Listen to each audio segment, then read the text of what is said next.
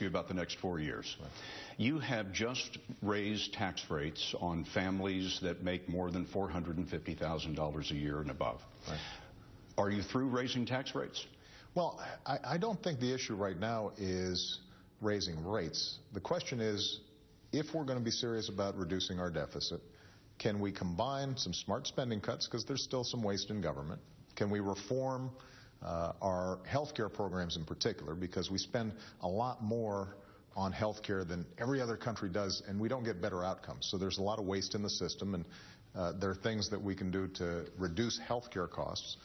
And can we close some loopholes and deductions that folks who are well-connected and have a lot of accountants and lawyers can take advantage of, so they end up paying lower rates than a bus driver or a cop? Can we close some of those loopholes? If you combine those things together, then we can not only reduce our deficit, but we can continue to invest in things like education and research and development that are going to help us grow. Without raising rates again? Without raising rates again. So I'm not hearing you say, read my lips, no new taxes. You think there is going to have to be additional revenue over the next 4 years? There is no doubt we need additional revenue coupled with smart spending reductions in order to bring down our deficit. And we can do it in a gradual way so that it doesn't have a huge impact.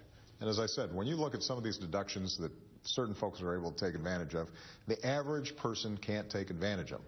The average person doesn't have access to Cayman Island accounts. The average person doesn't have access to carried interest income, where they end up paying a much lower rate on billions of dollars that they've earned. And so we just want to make sure that the whole system is fair, that it's transparent, and that we're reducing our deficit in a way that doesn't hamper growth, reduce the kinds of strategies that we need in order to make sure that we're creating good jobs and a strong middle class.